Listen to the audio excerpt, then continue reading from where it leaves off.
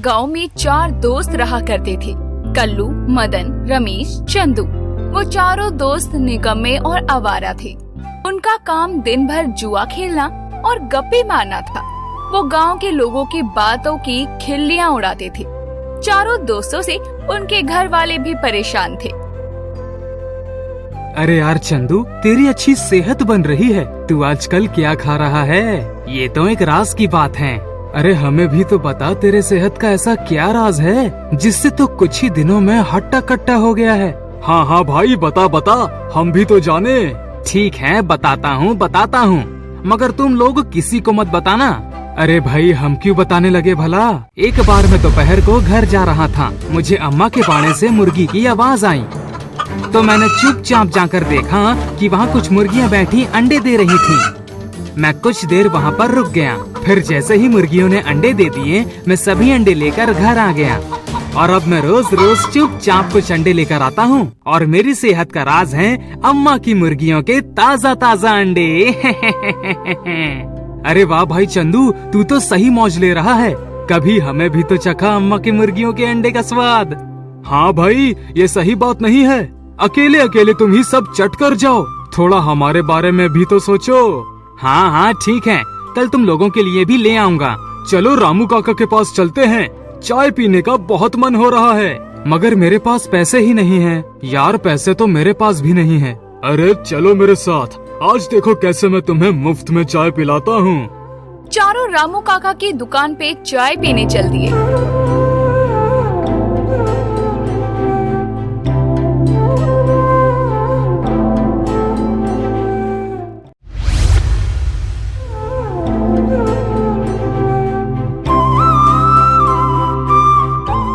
चचा, डबल रोटी के साथ हमें चाय दे दो।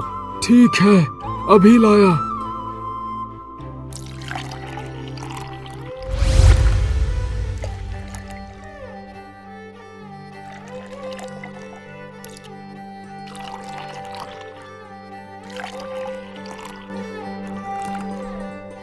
रामू काका ने चारों को चाय दी। सुनो, जल्दी जल्दी कुछ चाय पीकर अपनी अपनी चाय में डबल रोटी डाल दो। सबने जल्दी जल्दी चाय पी। उसके बाद अपनी अपनी चाय में डबल रोटी डाल दी। ओ चाचा, अरे सिर्फ डबल रोटी ही खिलाओगे या चाय भी दोगे? अरे ये क्या बोल रहे हो? अभी तो मैंने तुम लोगों को चाय दी थी। देख लो चाचा, इन ग्लासों में तो चाय नहीं है। रामू काका ने देखा चारों ग्लास खाली हैं। अरे इतनी जल्दी तो ये इतनी गर्म चाय पी नहीं सकते, मगर चाय गई कहाँ? रामू काका ने देखा कि उनकी डबल रोटियां तो चाय से भीगी हुई है। अरे ये क्या, तुम्हारी चाय तो डबल रोटियों में है। चाचा, चाय हमने अपने पीने के लिए मंगवाई थी, ना कि आपकी डबल रोटी के लिए। एक तो आपने हमारे साथ धोखा किया है, ऐसी डबल रोटी दे दी जिसने सारी चाय पी ली है। ये लो, अपनी डबल रोटी भी पकड़ो। हम चलते हैं, कहीं और से चाय पी लेंगे। और हाँ, हम सबको बताएंगे कि तुम किस तरह से लोगों को धोखा दे रहे हो। अरे अरे रुको, मैं तुम्हारे लिए अच्छी सी चाय बना कर लाता हूँ, तुम पैसे भी मत देना। बस ये बात किसी को बोलना मत, वरना मेरी दुकान पर कोई नहीं आएगा।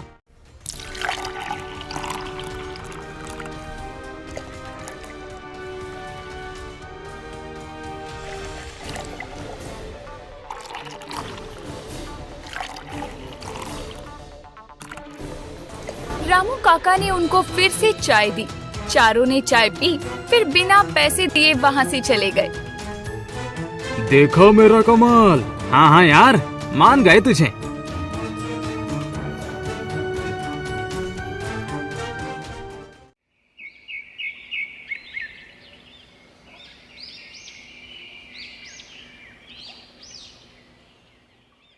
एक दिन जब वो चारों जुआरी खेलने बैठे, तब कल्लू जुआरी के मन में एक विचार आया और वो बोला, देखो भाइयों, हम चारों दोस्त भी हैं और जुआ भी एक साथ ही खेलते हैं, लेकिन आज हम एक नए तरीके से जुआ खेलते हैं। इसमें बहुत मजा आएगा।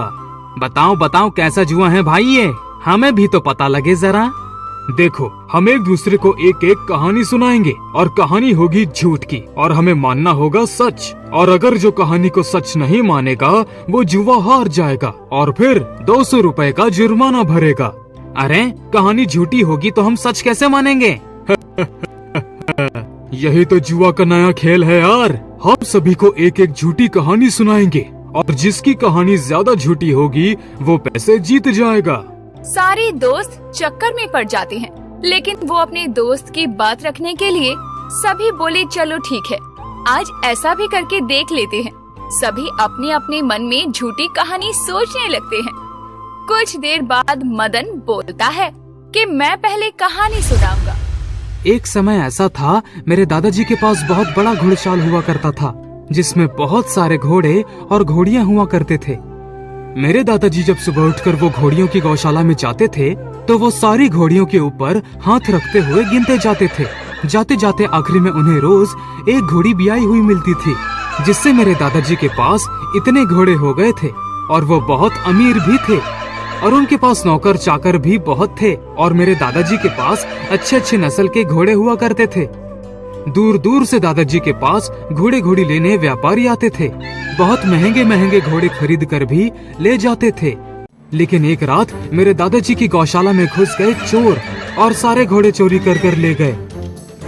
तभी तो हम आज गरीब हो गए हैं। मदन की बात सुनकर बाकी के सारे दोस्त शर्त के अनुसार मदन की झूठी बात पर हाँ बोलने लगे। हाँ हाँ, ये सच है, सच है। मैंने भी अपने दादाजी से इस कहानी के बारे में सुना है। अब दूसरा दोस्त रमेश अपनी कहानी सुनाता है। बहुत समय पहले की बात है, जब मैं छोटा था तो कभी कभी हमारे गांव में बारिश नहीं होती थी। तब गांवों के खेत वो फसल सूखने लगती थी। गांव में सूखा अकाल पड़ जाता था। लोग पानी के लिए इधर उधर भागा करते थे। गांव के लोग कई कोसों दूर से पीने का पानी लाया करते थे। मेरे पिताजी से ये सब देखा नहीं गया और उन्होंने एक बांस का पेड़ लगाया। वो इतना लंबा हो गया कि आसमान छूने लग गया। फिर उसका एक डंडा बनाया गया। जब भी बारिश नहीं होती तो वो उस डंडे से आसमान में छेद कर देते, फिर बादलों को फाड़कर बारिश करवा देते थे। तब जाके बारिश से पूरे गांव में फसल और पानी की व्यवस्था होती थी। अरे ठीक है, मान लेते हैं तेरी बात, मगर ये बता रमेश, तेरे पिताजी इतना बड़ा डंडा रखते कहाँ थे? अरे जहाँ तेरे दादाजी के घोड़े बंधते थे वहीं मेरे पिताजी का डंडा भी रहता था। रमेश की बात सुनकर सब हंसने लगे। आखिर में कल्लू बोला, एक बार हमारे गांव में अकाल पड़ गया। सारे नदी नाले सूख गए, खेत बंजर पड़ गए। मेरे पिताजी के पास एक बहुत बड़ा भैंसा था। भैंसे के पीठ पर बहुत बड़ा गड्ढा था। मेरे पिताजी ने भैंसे के पीठ पर कई कुंटल मिट्टी डाली, जिससे भैंसे की पीठ का गड्ढा भर गया और मेरे पिताजी ने उसमें मक्का बो दिया। फिर भैंसे के पीठ पर बहुत अच्छी मक्के की फसल हुई। सारे गांव वाले देखते रह गए। फिर मक्के की फसल को काटा, सुखाया और निकाला। उसके बाद तेरा बाप भी आया, तेरा बाप भी आया। तुम तीनों के बाप मेरे पिताजी से बोले, एक मन मक्का मुझे दे, एक मन मक्का मुझे दे, और सारा मक्का ले गए। अब तेरा बाप भी मर गया, उसका बाप भी मर गया, मेरा बाप भी मर गया। अरे यारों, जब तुमने एक एक मन मक्का लिया था तो आज तक तुमने वो मक्का क्यों नहीं दिया? कल्लू की बात सुन बाकी के तीनों दोस्त बोले, हाँ हाँ ठीक है, ठीक है। अरे कैसे ठीक है? ना तुमने मक्का दिया, ना तुमने पैसे दिए। कैसे ठीक है? या तो मुझे पैसे दो या मक्का दो। तुम्हारे बाप मर गए तो क्या हुआ बेटा? पैसे नहीं दोगे क्या? अरे यार, तू सच कह रहा है क्या? अरे सच झूठ का पता तो बाद में चलेगा। या तो तुम मुझे 200 रुपए दे दो या मक्का दो। अरे यार, ये तो झूठ है।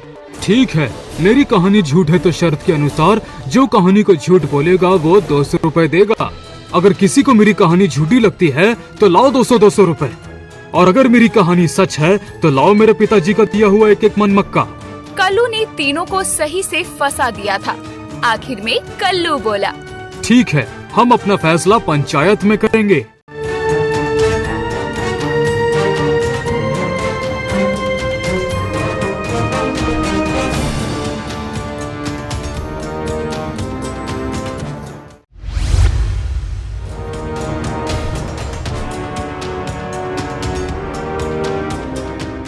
चारों को देख मुखिया बोला, अरे क्या हुआ? तुम चारों ने आज फिर क्या नया बवाल कर दिया? कल्लू ने सारी बात मुखिया को बताई। मेरे पिताजी के पास एक बहुत बड़ा भैंसा था। भैंसे के पीठ पर बहुत बड़ा गड्ढा था। मेरे पिताजी ने भैंसे के पीठ पर कई कुंटल मिट्टी डाली, जिससे भैंसे की पीठ का गड्ढा भर गया और मेरे पिताजी ने उसमें मक्का बो दिया। फिर भैंसे के पीठ पर बहुत अच्छी मक्के की फसल हुई। तुम तीनों के बाप मेरे पिताजी से बोले, एक मन मक्का मुझे दे, एक मन मक्का मुझे दे, और सारा मक्का ले गए। अरे यारों, जब तुमने एक एक मन मक्का लिया था तो आज तक तुमने वो मक्का क्यों नहीं दिया? कल्लू की बात सुन सभी सोच में पड़ गए। अरे इस बार तो कल्लू ने इन तीनों को अच्छे से फंसाया है। इसका जवाब तो खुद मेरे पास भी नहीं है। अपनी इज्जत बचानी है तो कल्लू का साथ देना ही पड़ेगा। काफी देर के बाद आखिर में मुखिया बोला, ठीक है, तुम लोगों को शर्तनामे के अनुसार कल्लू को 200-200 रुपए का दंड देना होगा। पंचायत के फैसले के बाद कल्लू को तीनों ने 200 रुपए दे दिए। कल्लू खुश हुआ और घर की तरफ चल दिया।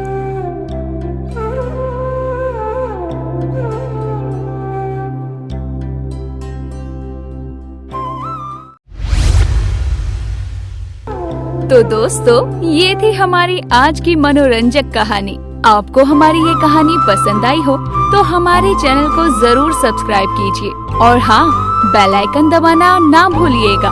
ऐसे ही मजेदार किस्से कहानियों के साथ मिलते रहेंगे हम आपसे।